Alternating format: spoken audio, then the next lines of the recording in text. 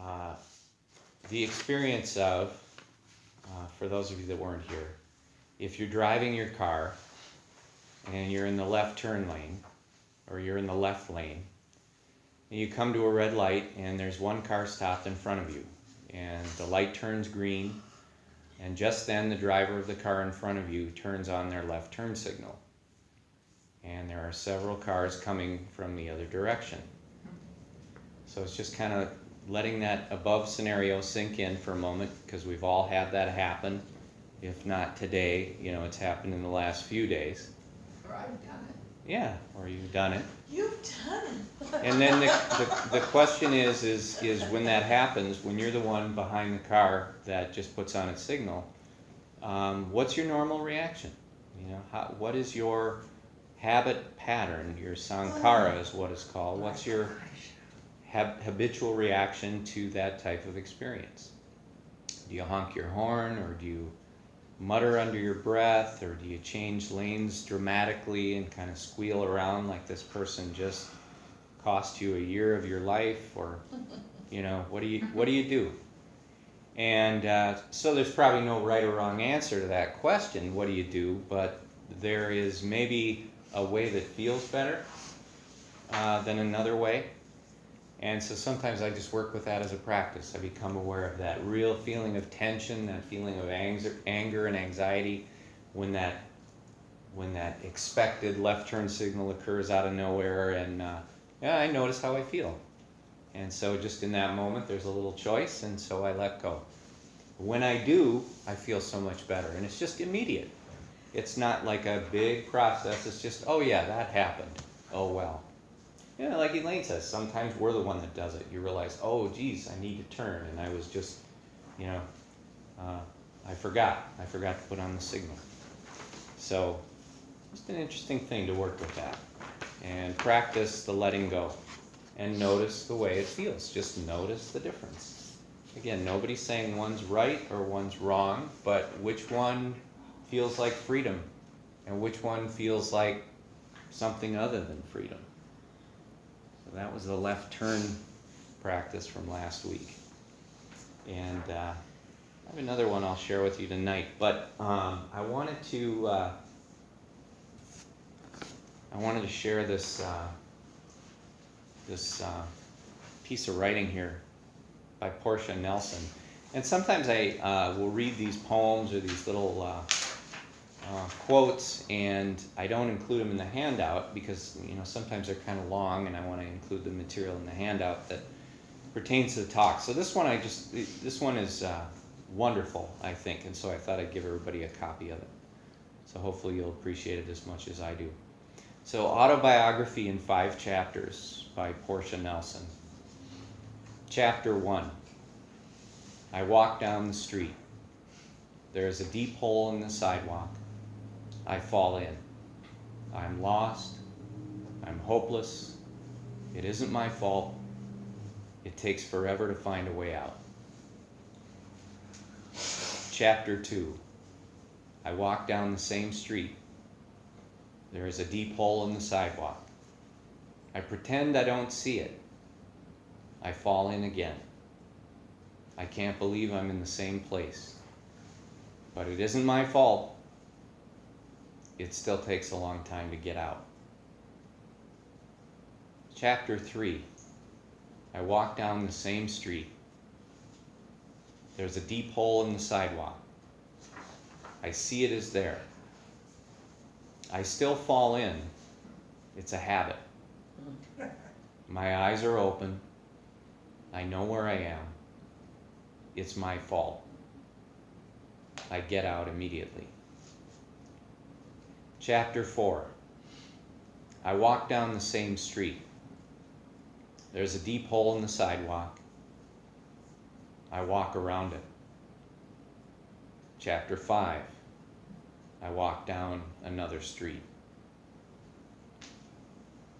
Sound familiar? Mm-hmm. Yeah? Sounds familiar. So, it's pretty powerful, actually. It is. That is. It's pretty powerful. So, Yeah, I hope you enjoyed that. That's why I wanted to share it. It's just a piece of text. Put that on your fridge. Yeah, hang it up. Yeah. For sure. Tape it to your rear view mirror when you get in your car. I should do that several times on the way to Carmel All right. today. So now I have one more. This is the official handout of the meditation center. So thank you again, Cheryl, for doing that. Thank you.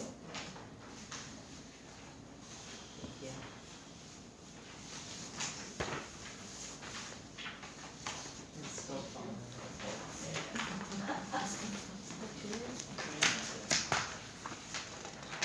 Kind of funny though that one doesn't really require a whole lot of commentary or response. We're all just sort of thinking, Y'all get it. yeah. That autobiography was by Portia Nelson. I think I could have just put my name right there. Yeah. Thank you very much. Yeah, neat stuff. Wonderful. So tonight we kind of continue with the theme that we've been talking about, but always in the direction of more peace and freedom. So tonight, the title is "This is Me, This is Mine, and This is Who I Am." And the subtitle is Ahankara and Mamankara, I-making and mind-making. So I'm going to start by just reading from the handout a little bit to kind of set this up. So this comes from a teaching of the Buddha where he describes these two Pali words, ahankara and mamankara, as the activity of I-making and mind-making. And it is said that with the proliferation of ahankara and mamankara comes craving, clinging, aversion, and suffering. So there's a lot in that opening paragraph there, but to put it simply, how much of your suffering is caused by taking things personally? And how much suffering could you eliminate if you broke the habit of I-making and mind-making, or ahankara and mamankara?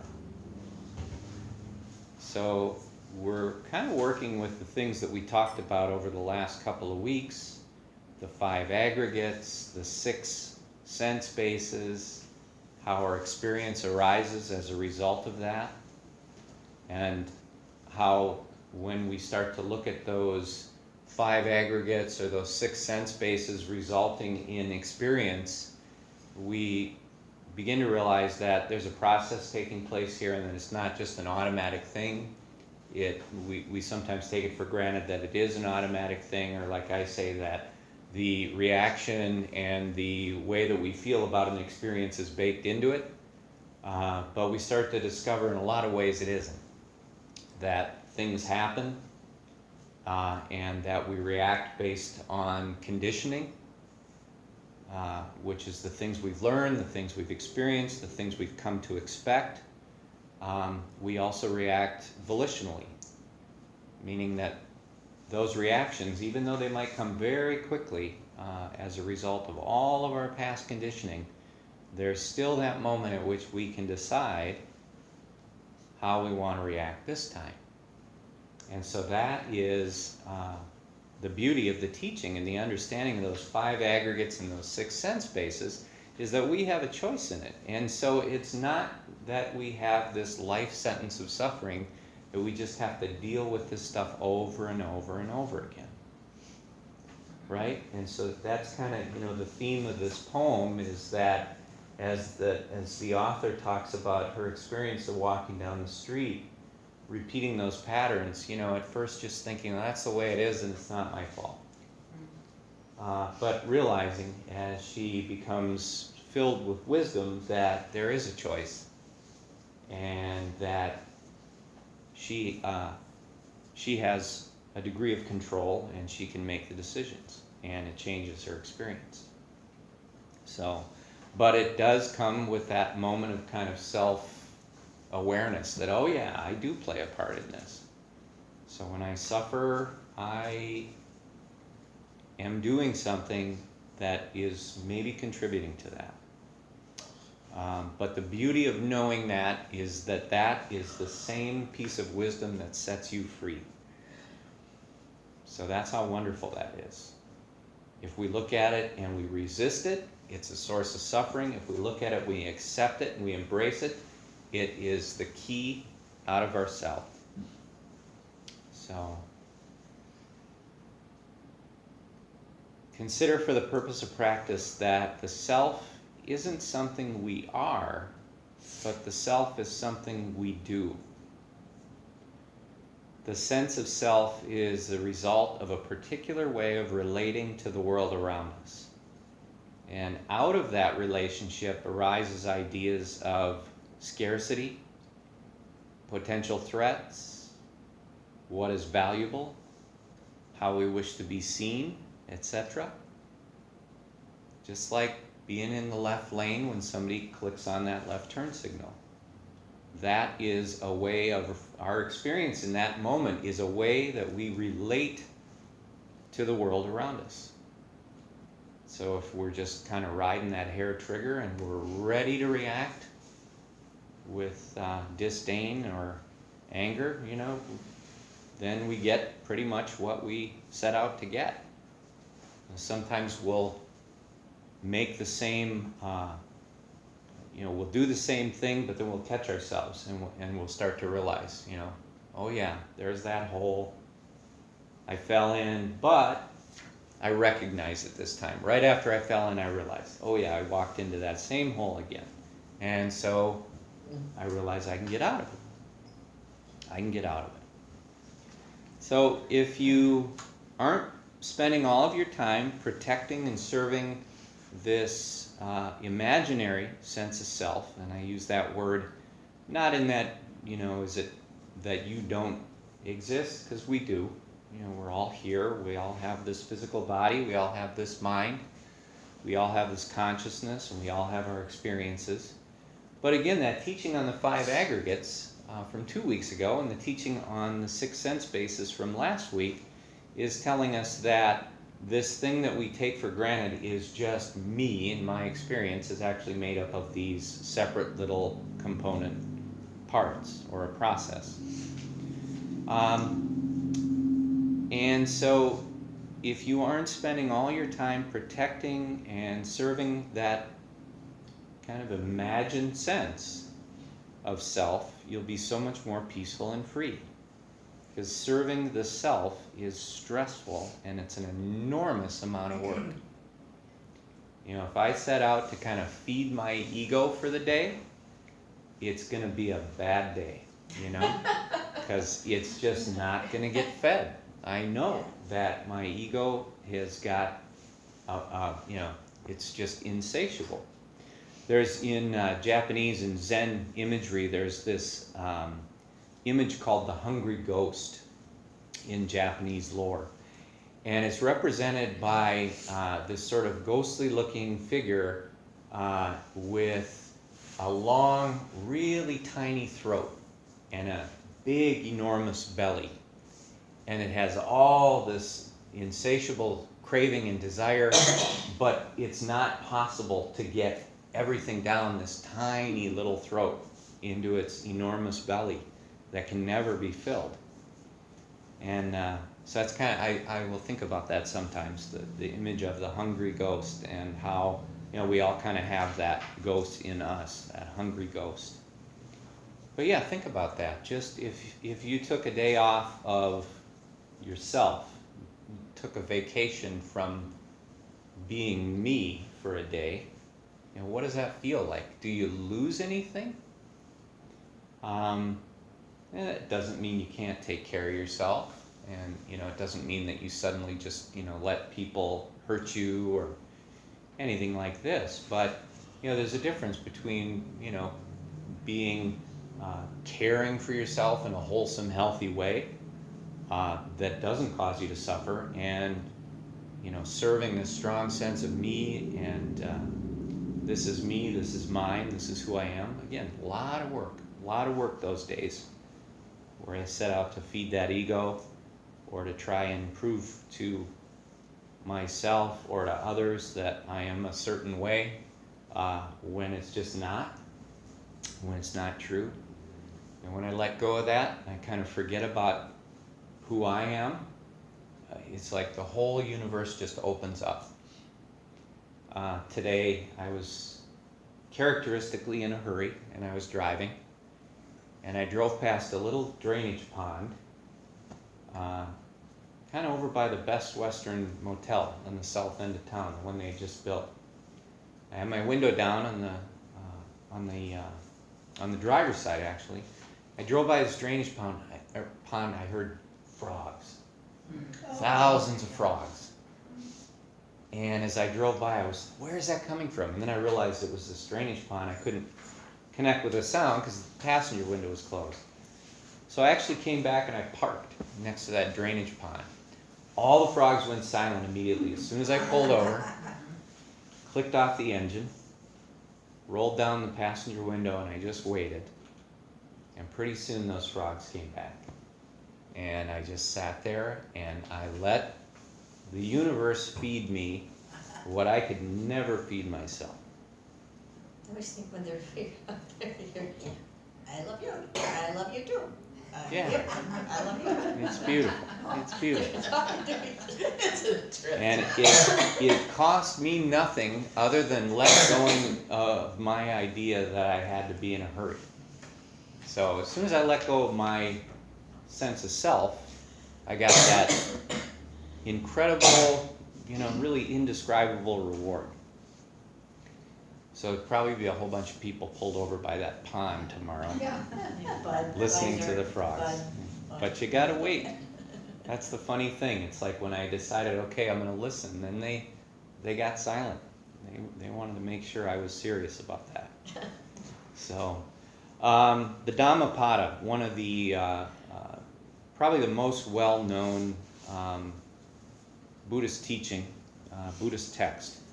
It points out the suffering generated by ahankara and mamankara, this I-making and mind-making, in its first few verses. So this is one translation that I like. It says, the mind precedes its objects. They are mind-governed and mind-made. To speak or act with a defiled mind is to draw pain after oneself, like a wheel behind the feet of the animal drawing it. So it's like a heavy burden, we're dragging it. The mind precedes its objects.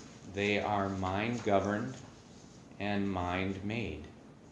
To speak or act with a peaceful mind is to draw happiness after oneself, like an inseparable shadow. So the two images in those first two verses I think are interesting because the first one, the defiled mind, is we're pulling, we're dragging this heavy burden behind us. We're yoked to it. In the second example, with the peaceful mind, it's like a shadow. It's just weightless, it's effortless, it's just there. The third verse of that, I have been insulted, I have been hurt, I have been beaten, I have been robbed. Anger does not cease in those who harbor this sort of thought. I have been insulted, I have been hurt, I have been beaten, I have been robbed. Anger ceases in those who do not harbor this sort of thought. So, very interesting. Translation by John Richards on that one. There are a number of translations of the Dhammapada. I think, Bobby, you have one by Gil Fronsdal, right? I'm not sure. I think that's what it was. I remember you telling me that about 5 years ago. So lots of different translations of the Dhammapada, and I really enjoy reading the different ones because we have these different scholars who translate the text ever so slightly differently, but they all point to the exact same thing. So Notice how the opposite of a defiled mind in verse 1 is described as a peaceful mind in verse 2. In the suttas, defilement is not a moralistic term, but it refers to something that clouds or impairs our ability to see things clearly and as they really are. So sometimes I ask that question, koan, what is true without thought? What is true without thought? Sometimes when you ponder that, it just leads you to a point of being very quiet very quickly. And you just kind of stumble over the reality of that, of what that's pointing to. So you could be having a bunch of fairly neutral experiences, and then by introducing the idea of self into the equation, everything takes on an emotional weight and significance. So that's just a simple example of I-making and mind-making, or making of I and mine. So anytime you become aware of ahankara and mamankara, this volitional act of I-making and mind-making, even though it is such a deeply held piece of conditioning or such a well established habit, anytime you can become aware of that, you can drop it. Just like you would if you picked up a hot coal. So I like the way that there's no judgment in this. There's no, again, this is not moralistic terms of sinfulness or virtue. This is just, how does it feel? And then it's kind of left up to the experiencer. It's left up to each one of us to kind of answer that question and then decide what we want to do with it. So one practice for doing this, and back to that hot coal reference, that's one that comes up in the suttas quite a bit. But if you picked up a hot coal, the reflex would just be to drop it. I mean, you wouldn't have to think about this. Oh, this hurts, starting to burn, starting to really hurt, starting to really burn. If you picked up a hot coal, you just drop it. Oh, that doesn't feel good. Drop it. And it really is possible to start to work this way with our own unhelpful habit energy.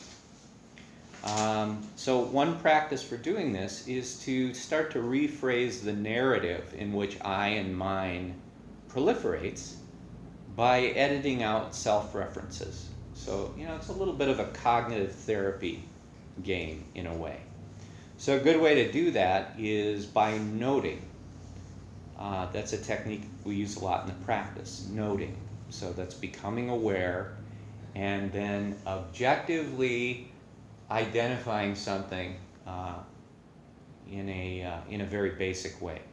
So if the ongoing narrative is something like, she did that hurtful thing to me, I'm offended, I'm upset, you could instead note it by thinking about it in very basic kind of elemental terms, almost in terms of the 5 aggregates. So what's going on exactly? Well, there's a thought, or a thought in the mind.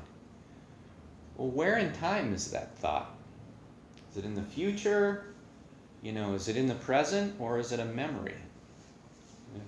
Oftentimes it's a memory if we're suffering as a result of it, or oftentimes it is a projection into the future if we're suffering because of it. Most of the time, if we're just here in the present moment, what is true without thought is usually not any suffering involved, unless we want to think about the past or imagine the future. If we do, it's like picking up that hot coal. So noting is just a very basic way. There's a thought in the mind. It's a memory. Where is it in time? It's a memory. It's a projection into the future. Memories are sadness and anger and regret, and projections into the future are worry and agitation and fear.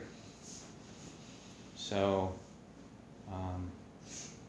what's the response? What's the reaction when this happens? Well, there's anger and upset now and in the future. So sometimes we replay those narratives of, maybe somebody did say something that hurt our feelings. Well, replaying that over and over, that hurts our feelings over and over. Yeah, so maybe there is a better way of working with that, Again, not right or wrong, but a way that doesn't hurt. Maybe there's a way that doesn't hurt. So taking I and mine out of the picture entirely, it just helps us to get a little distance from that experience. And so just as if you had picked up a hot coal, as you become aware of it burning, you wouldn't ask a lot of questions. Love that statement. It's so clear. Uh-huh. You just drop it. Don't have to do a whole lot of analysis. So, on page 3, how are we doing for time? We're doing good on time. On page 3, there's this quote from another sutta, the Baha'ya Sutta. So there was this student that had approached the Buddha, potential student. He'd never met the Buddha, but he was in a big hurry, and he wanted to get kind of the essence of the teaching. What should I do? Give me something that I can just kind of take with here and work with it, because I gotta go. Essentially, is what he said to him. And so he said to him, Baha'ya, you should train yourself thus. In the seen, there should be only the seen. In the heard, there should be only the heard. In the sensed, there should be only the sensed. In the cognized, there should be only the cognized. And I just want to pause it right there, because last week, in that As It Is teaching, we talked about those 6 sense bases: the eye and visible objects, the ear and sound, the nose and odor, the tongue and taste, the body and touch, and the mind and mental objects. Those are the 6 things that are happening. Those are the only 6 things that can ever happen. And so here he's saying to Baha'ya, you should train yourself thus. In the seen should be only the seen. In the heard, there should be only the heard. In the sensed, there should be only the sensed. And in the cognized, there should be only the cognized. Thus, Baha'ya, you should train yourself.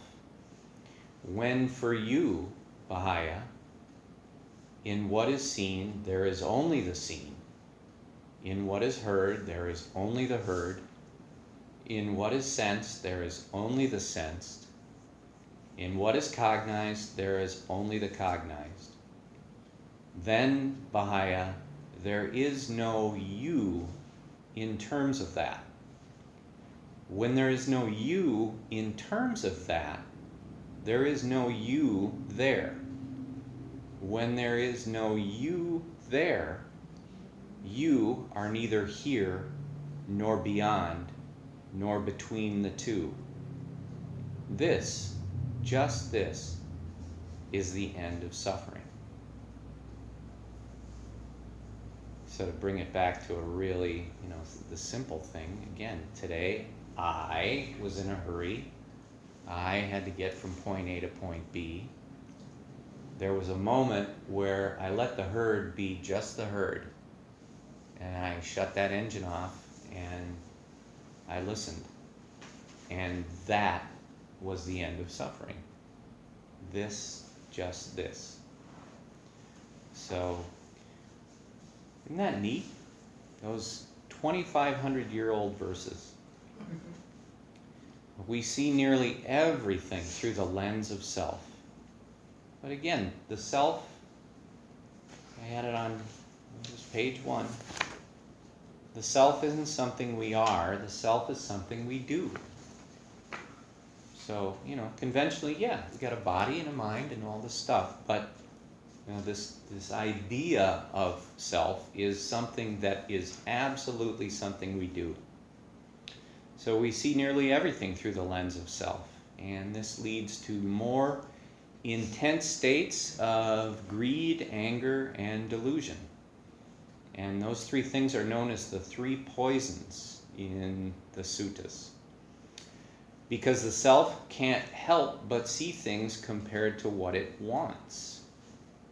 And so that's kind of what the ego is. Although I don't like to use the word ego a whole lot because so many of us were just steeped in kind of the Freudian psychology and stuff that when we start to think about ego, we think of all this other weird stuff that's kind of Western and not necessarily helpful. So I don't use that word a whole lot, but there is kind of a parallel there. So the self, when there's a self there, when there's a me there, it can't help but see things compared to what it wants. The hurry that I'm in, the inconvenience that you are to the me that is in a hurry, right? Remember, though, that this is just a habit. It's a way we have grown accustomed to framing our experiences. I was watching this little documentary about a Japanese craftsman who, a lot of the stuff I'm interested in is Japanese because of the Zen and the teaching, and I think Japanese culture is just amazing in a lot of ways. But this particular person, he was a craftsman, and his job was to create these giant barrels that would one day contain soy sauce. And these barrels would have to hold the soy sauce for something like 50 years before it would be just right. But this barrel had to be seasoned for 200 years before it could be even used. And so he was making it, and as he said, this is for, the grandchildren of somebody's grandchildren of somebody's grandchildren that I will never know. But this work is important because someday, they're going to use it. So, it's just another way of not seeing things in terms of the self, but seeing things in terms of, something bigger than the self, something more important, if we can say that, which kind of feels like blasphemy here in the West. Something more important than me? I don't believe that. But think of some of the ways that this manifests in daily life. This I want, I need, I don't like, mine. When your sense of who you are is riding on every little object and experience, you are setting yourself up for a great deal of stress. So again, it doesn't mean you're committing a sin, it just means you are kind of setting the stage for a rough day. In the first discourse the Buddha ever gave after his awakening, the Dhamma-vicaya Sutta, which means the setting in motion of the wheel of Dharma, he said of form, feelings, perceptions, mental formations, and consciousness. Remember, those are the 5 aggregates from 2 weeks ago.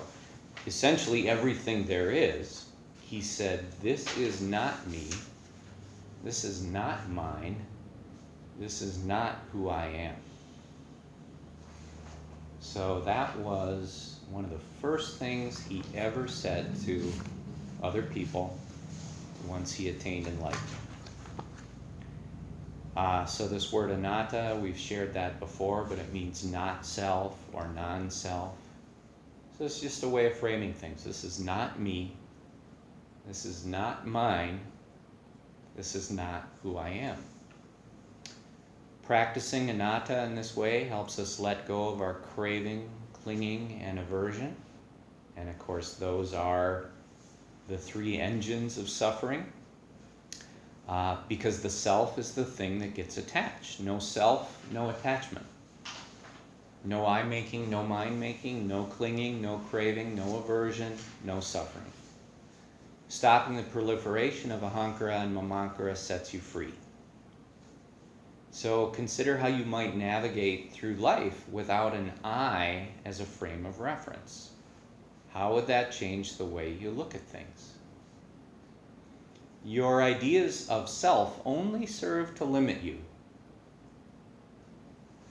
Your ideas of self only serve to limit you. Your true nature is limitless and beyond description.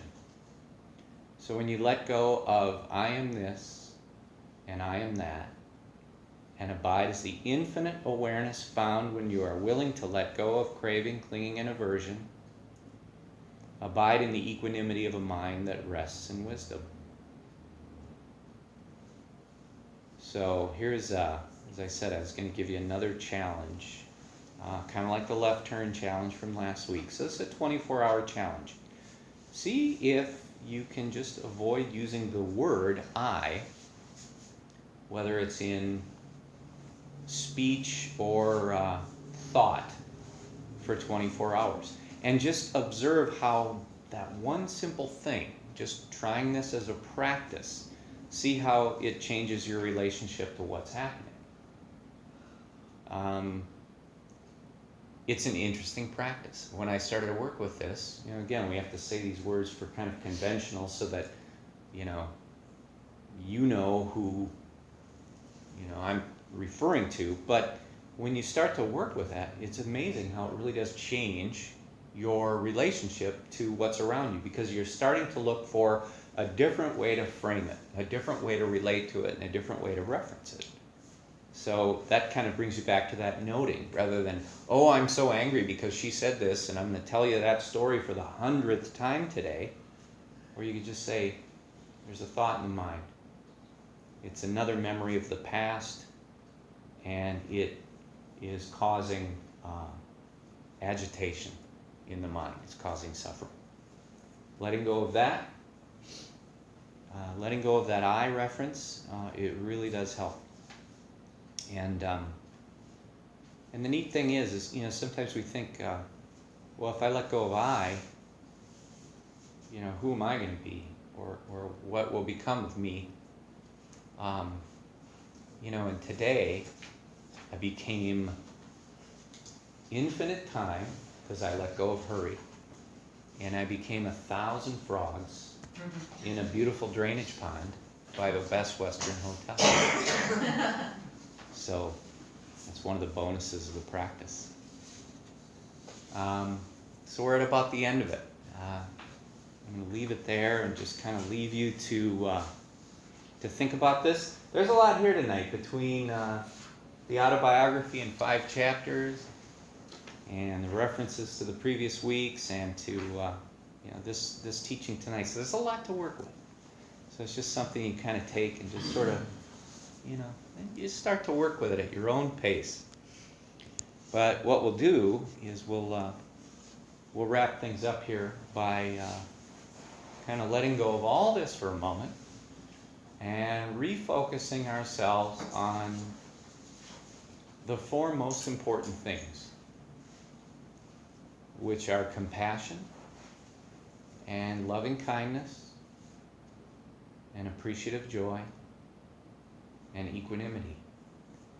And so we express that by cultivating the sincere wish that all beings could be free from suffering and from the causes of suffering, and by cultivating the sincere wish that all beings could be surrounded by love, real kindness, by cultivating the sincere wish that all beings could be really happy and joyful, and by cultivating the sincere wish that all beings could be equanimous and peaceful and free of craving and clinging and ahankara and mamankara. Now what peace that is, what peace. And then to you who are here tonight sharing this space and the time, I appreciate your presence so much. And I wish you all real, true happiness.